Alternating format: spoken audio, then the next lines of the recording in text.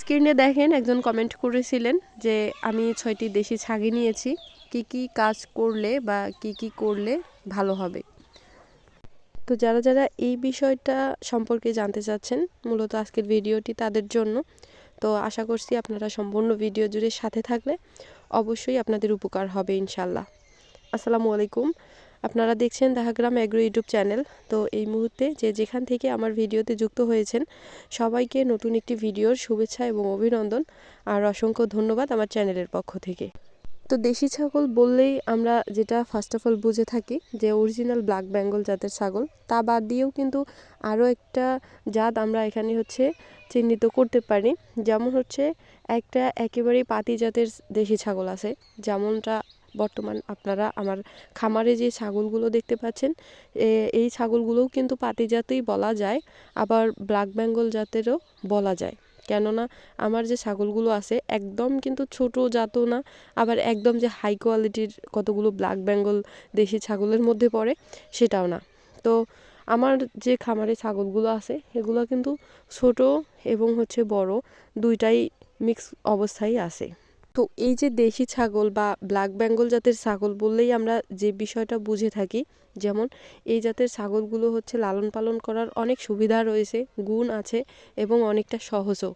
আর এই জাতের ছাগলগুলোকে সম্পূর্ণ ফ্রিতে বা বিনা টাকায়ও কিন্তু লালন পালন করা যায়। এটা সম্ভব যদি আপনি পর্যাপ্ত পরিমাণে ঘাসের ব্যবস্থা রাখতে পারেন এবং মাঠে চড়িয়ে খাওয়াতে পারেন, তাহলেও কিন্তু আপনি সম্পূর্ণ বিনা টাকায় একটা ব্রিডিং ফার্ম তৈরি করতে পারবেন।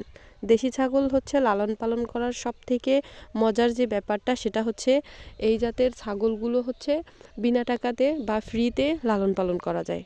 আপনি যদি দানাদার খাবারের সাথে অভ্যস্ত করাতে পারেন, যেমন খড় ছোট ছোট করে কেটে, বা আপনার যদি খড় ভাঙানো মেশিন থাকে তাহলে আপনারা নালি গুড় বা চিটা গুড়, লবণ, ভাতের মার, তারপর ধানের গুড় বা গমের ভুসি, এগুলো মিক্স করে একটা দানাদার খাবার তৈরি করে খাওয়াতে পারেন। তাহলে ছাগলগুলোর এক্সট্রা খাবারের ব্যবস্থা আপনাকে করতে হলো না, এবং সেখান থেকে আপনার খাবারের যে টাকাটা সেটা বেঁচে গেল। কেননা অ্যাভেলেবেল যারা গ্রামে বসবাস করে সবার বাড়িতেই কিন্তু অ্যাভেলেবেল ধানের খড় থাকে। হ্যাঁ, ধানের আটি বা খড় এগুলো কিন্তু থাকেই যারা গ্রামে আমরা বসবাস করি। তো ছাগি নিয়ে বা ছাগল নিয়ে খামার করাটাও কিন্তু খুবই ভালো। ছাগলের বিজনেস করা এটা খুবই ভালো একটা কাজ। তো আপনাদেরকে বিষয়গুলো জানতে হবে বা বুঝতে হবে, খাবার সম্পর্কে, জায়গা সম্পর্কে, পরিবেশ সম্পর্কে আপনাদেরকে এই বিষয়গুলো সম্পর্কে পর্যাপ্ত ধারণা বা জ্ঞান অর্জন করতে হবে। শীতকালে বা শীত আসার আগে খামার শুরু করবেন না যদি আপনি অনভিজ্ঞ হন। যদি অভিজ্ঞ হন তারপরেও ঠিক আছে, তবে শীতকালে ছাগলের দামটা অনেকটা কমে যায়। আপনি যদি অভিজ্ঞ হয়ে থাকেন তাহলে আপনি সেই শীতকালে ছাগলের খামার করতে পারেন। সেই সময় কিন্তু অনেক ভালো ভালো ছাগল মানুষ বাজারে বিক্রি করে থাকেন। হ্যাঁ, আপনি সেই সময় ছাগল ক্রয় করে খামার শুরু করতে পারেন যদি অভিজ্ঞ হয়ে থাকেন। কেননা শীতকালে বিভিন্ন রকম সমস্যা হয়ে থাকে, বিশেষ করে পিপিআর হওয়ার চান্স থাকে, সর্দি, কাশি, ঠান্ডা লাগা। অনেক সময় দেখা যায় যে বাচ্চার মৃত্যুর হার বা মা ছাগলের মৃত্যুর হার অনেকটা বেড়ে যায়। এই জন্য বলছি যে যারা অভিজ্ঞ তারা হয়তো শীতকালে বা শীতের আগে শুরু করতে পারেন, কিন্তু অনভিজ্ঞ তারা নতুন তারা শীতকালে বা এর আগে ছাগল কিনবেনও না, খামারও করবেন না। তো আপনাদের জন্য এটাই ভালো হবে সব থেকে।